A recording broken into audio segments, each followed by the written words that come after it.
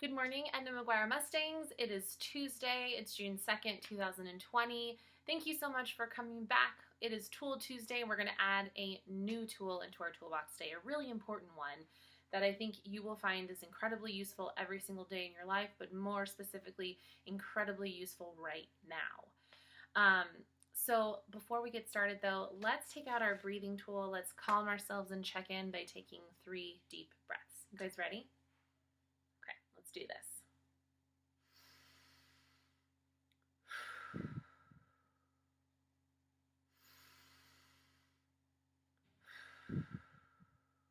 Last one.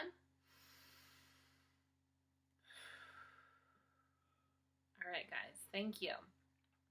So we're gonna do our feelings check-in before we get into our toolbox.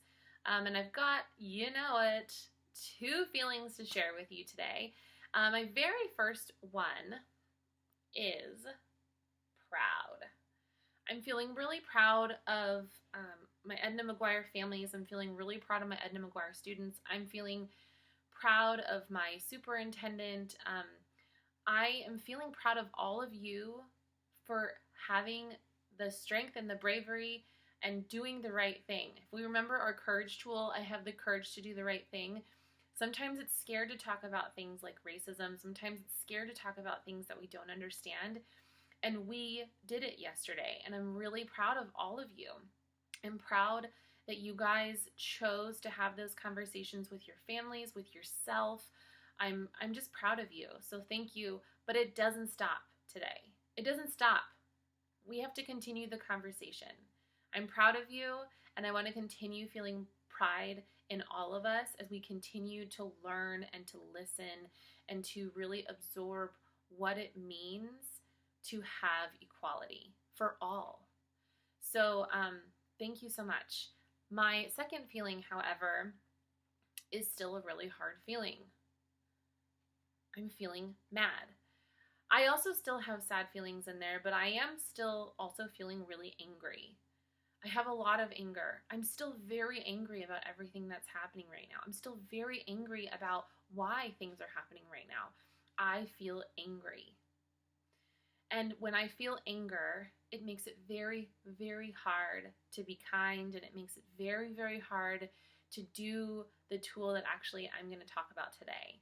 And so I today want to name it with you guys, because remember I talked about name it to tame it. Don't ignore the feeling, bring it up, work it out, and take care of that feeling. So I'm going to name my feeling, I feel it mad. How are you feeling? I really want to know. Now is a really great time. We're going to turn and talk with our family if we're with them. And if you're not, take out your journal, write to yourself how you're feeling, take out an email to me, write to me about how you're feeling and why. Go ahead and press pause and do that now. All right, guys, good job.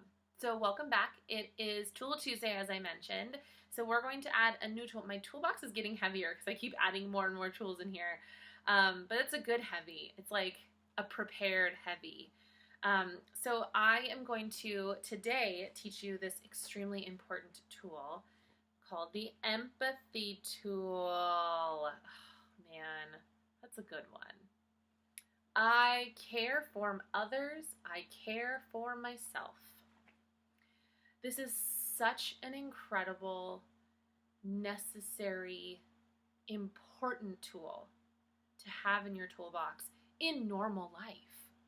When we aren't dealing with COVID-19, when we aren't dealing with systemic racism and protests and people being hurt and being killed, honestly, but this is the ultimate time to work on our empathy tool. This is a great tool for us to focus and rely on right now.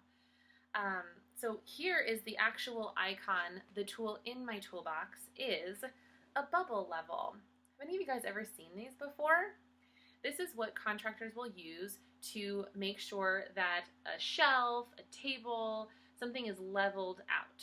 So if you put a pencil on a table after you build it, it's not going to roll off because it's not level. So you can see that when something is level, the bubble in the middle, can you see it? The bubble in the middle will be in the very in between the two lines. That means it's level. This is the perfect icon for empathy, because what empathy is empathy is caring for others and caring for myself, but in a way that's level. And this is actually the hand gesture for the empathy tool. It's caring for myself, and I care for others, and really wanting to level out the two. It's great to care for others, but when you care for others and not yourself, your life feels not balanced. It's great to care for yourself, but when you only care about yourself and not others, again, you're not going to be balanced. The balance and the empathy is when you can level out the two and you can care for yourself while also caring for others. That is empathy. Now, a lot of students, especially in elementary, are really confused about what empathy is, because I think that a lot of us believe that empathy is being kind. Empathy is being caring. That is not empathy, though. That's being caring and kind. And that's a great thing, and we should be caring and we should be kind. But actually, what empathy is empathy is being able to see how a person feels from their perspective.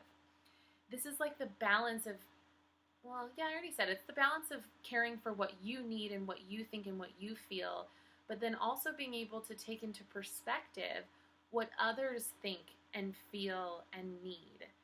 And when this balance happens, that's empathy.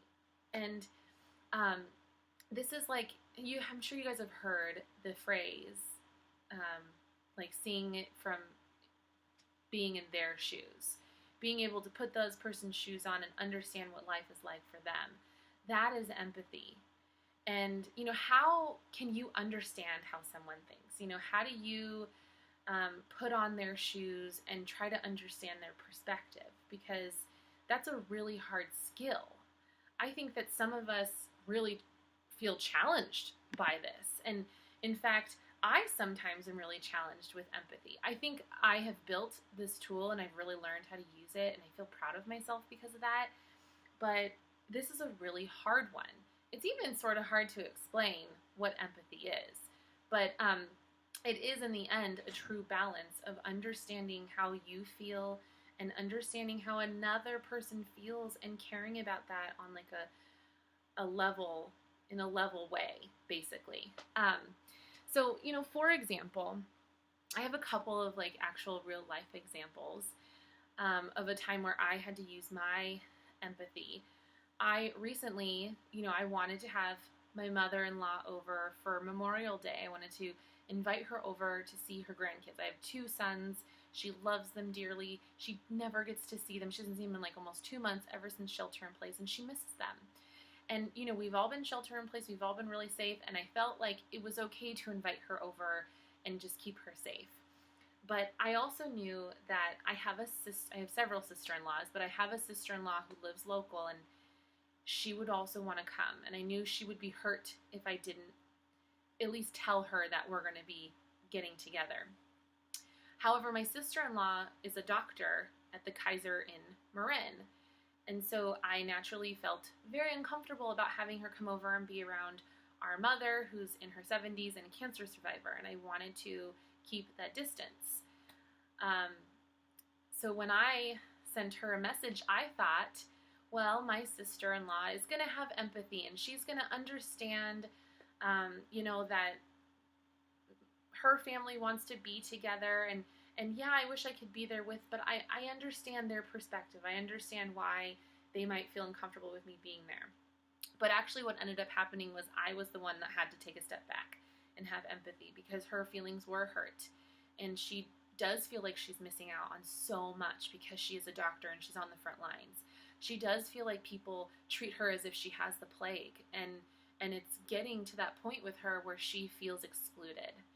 And when she said that to me, I immediately, I wanted to say, like, you're being selfish, let your mother see her grandkids, and why do you have to make this into an argument? But instead, I took a step back. I wanted to care for myself. I was a little frustrated that she didn't just understand, but then I wanted to care for her and understand, like, what is it like for our frontline workers who feel like nobody ever wants to be around them right now? That's a lonely feeling. And so I ended up having to use my empathy tool with her, and I decided, you know what, you're right. You shouldn't have to miss out on everything.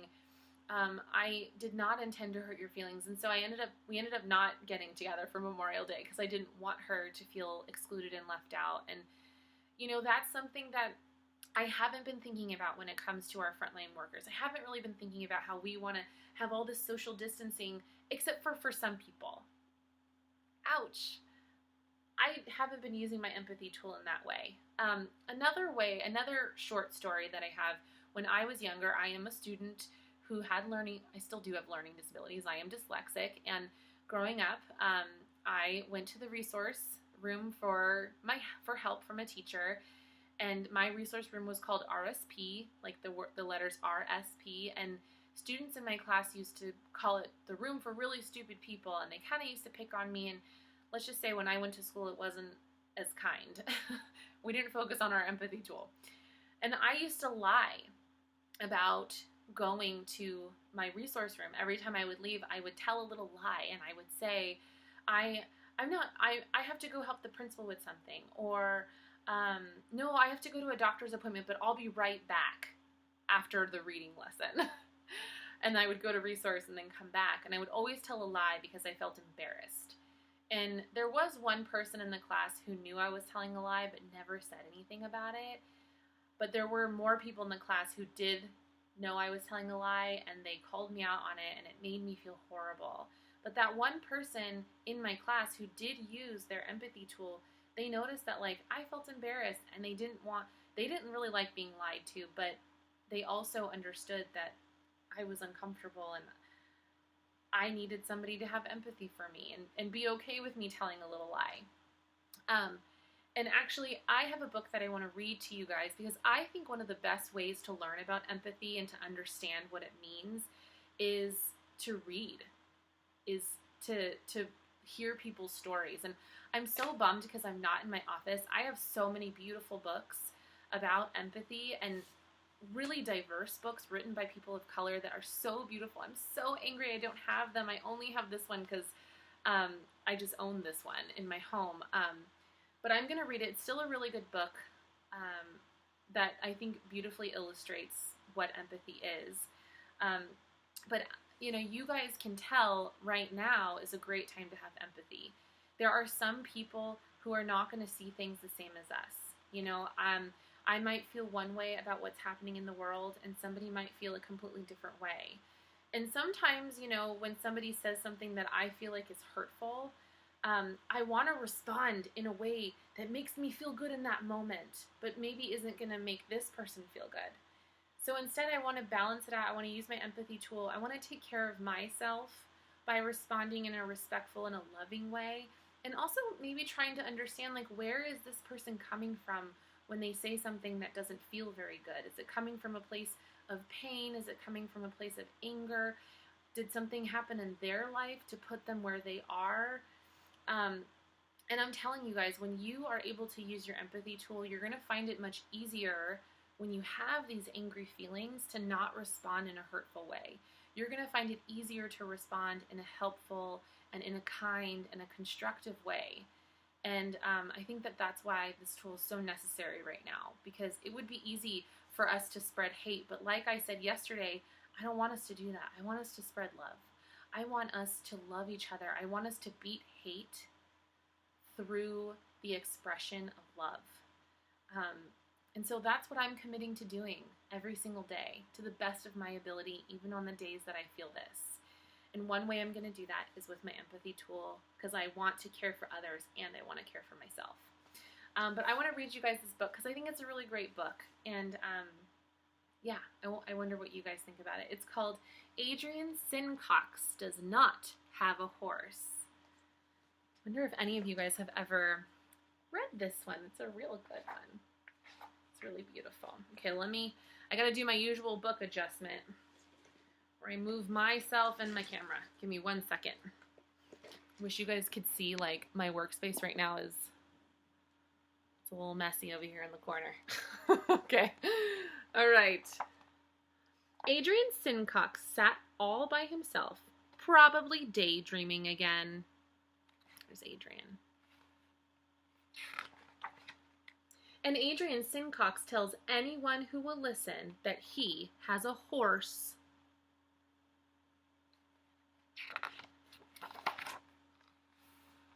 Some kids believed him, but I don't. He lives in a town like me, and I know you can't have a horse in town. Where would he put it? I asked Jamie at recess. Jamie said Adrian lives with his grandpa, and their house is very small, and there's hardly any yard. She said, the horse goes to the country sometimes. That's what Adrian said. Ha! Jamie will believe anything.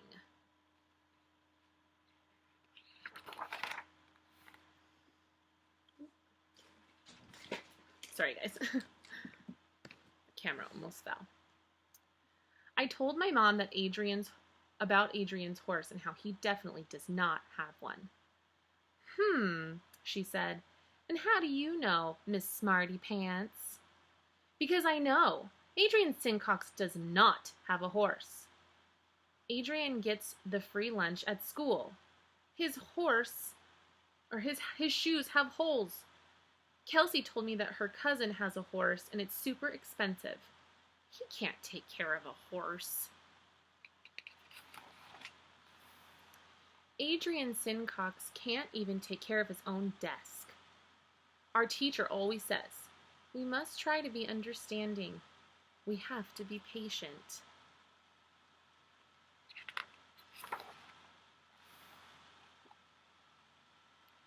But I was tired of being patient with Adrian Sincox and tired of trying to understand why he kept yelling or telling everybody he had a horse when he did not.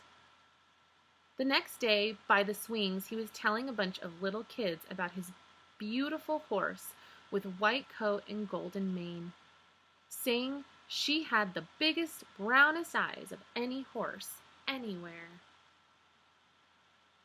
He's drawing horses.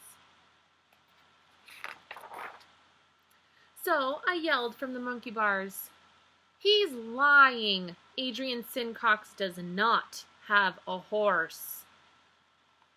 Even though I was upside down, I could see that made Adrian Sincox really sad.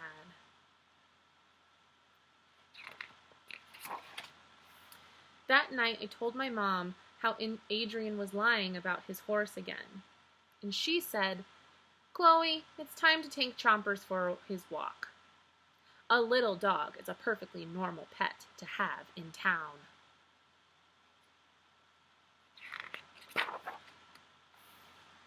Mom walked even faster than usual, so I had to run with Chompers to keep up. But when she got to the corner where we always turn left, she turned right. Why are we going over here? I asked. Chompers loved it, but I didn't. All the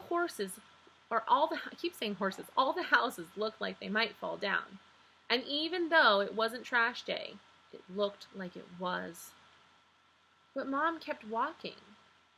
When someone else said evening, she said, evening, right back.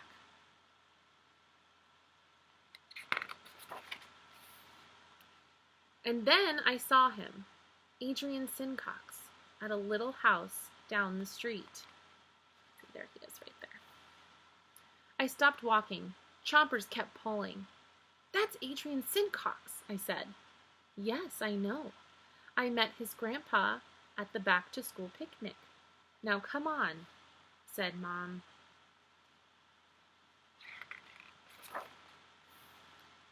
It was the tiniest house I ever saw. It was like half of our house. Mom started talking to Adrian's grandpa, and Adrian said, I like your dog. Chompers pulled the leash from my hand and went over to lick Adrian Sincox right on the face. I could see the backyard. It was no place for a horse, that's for sure.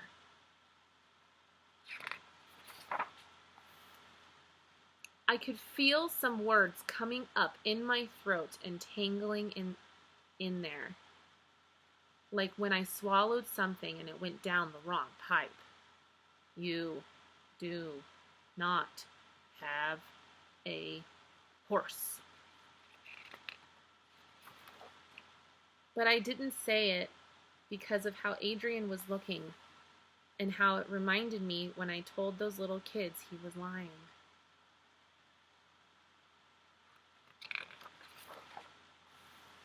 Adrian Sincox tossed a ball at me. I caught it. I tossed it back to him. It was kind of cool to see Adrian Sincox smile. So I asked him, "Is your horse at the farm?"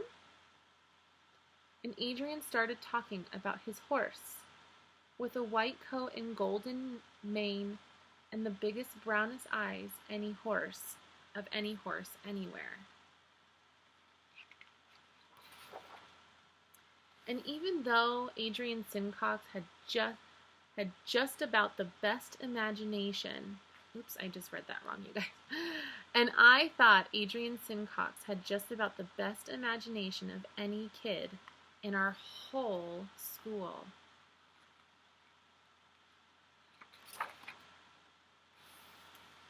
I also thought he had the most beautiful horse of anyone, anywhere. Can you guys see the horse? Isn't that beautiful? That's the end. Isn't that a really sweet book about empathy? And if you're wondering, like, I don't understand. She knew he was lying. She knew that he was lying because, he doesn't have much. He, in fact, doesn't, he hardly has anything, it seems.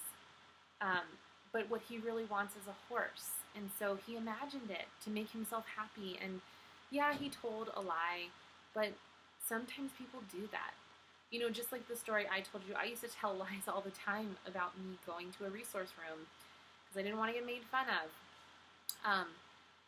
He's telling a lie about having a horse, and this is a great book about empathy because you'll notice in the book, she actually is really struggling with the fact, like, I don't like being lied to. I don't like that Adrian Sincox is lying to me. But then she wasn't caring enough about who he was. She then kind of evens it out. She starts to understand, like, well, he doesn't have much, and it probably makes him feel sad that he doesn't have much. And so, yeah, he tells a little lie, and, I don't like being lied to, but, I can understand why he did. And that's when she was able to balance herself out and have empathy and then show kindness. And what she did when she had empathy for him was she was able to respond in a helpful and a kind way. So yes, empathy is not kindness. Empathy is not just caring for someone. It's being able to see what another person's perspective is. It's being able to take yourself out of the equation, hear somebody, just like the listening tool, you listen with your eyes, your ears, and your heart. That's empathy. If you can't listen with your eyes and your ears and your heart, you can't have empathy, right? Because you can't listen to what they're saying, you can't take it in, and you can't listen with your heart and truly care about what that person is saying from their perspective instead of comparing it to your own. I love this book for empathy. I think it's really important. I think everything that we're going through right now is challenging our empathy. We should all take a step back and ensure that, yes, we are taking care of ourselves, but yes, we are also taking care of other people and understanding people's perspectives. And when someone's angry and when someone is maybe not their best self and not super kind, maybe putting their shoes on for a minute and asking yourself, like, well, is this person responding the way they are because something is going on in their life that's making it hard to respond in a kind way? Maybe I can just take a step back, understand that that's just something that they're going through right now and not take it personally. So I think that actually right now what we're going through, it's very challenging to use your empathy tool in general. But when you see things that you don't understand and you see people experiencing things that you've never experienced before and that seeing them respond in a way that you don't understand, such as protesting and rioting, this is the perfect time for us to step back and ask, like, well, yeah, I feel uncomfortable about it, but why are they doing it? How uncomfortable must they be feeling? How can I balance the two so that I care for others and I care for myself? That's how we're going to level it out and have empathy. Okay, guys, this is a huge one. I'm sorry, this is the longest video I think I've ever recorded. This is a huge tool. It's a really important time for us to use it.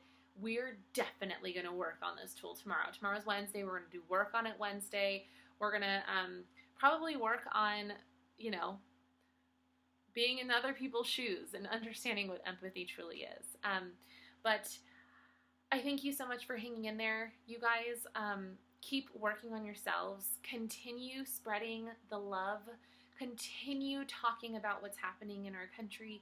Continue talking about what is racism and what does it mean and how am I going to spread the love. Continue doing all of your beautiful work. Stay happy. Please stay healthy. And I'll see you guys tomorrow for Work on It Wednesday. All right, guys. Have a great day.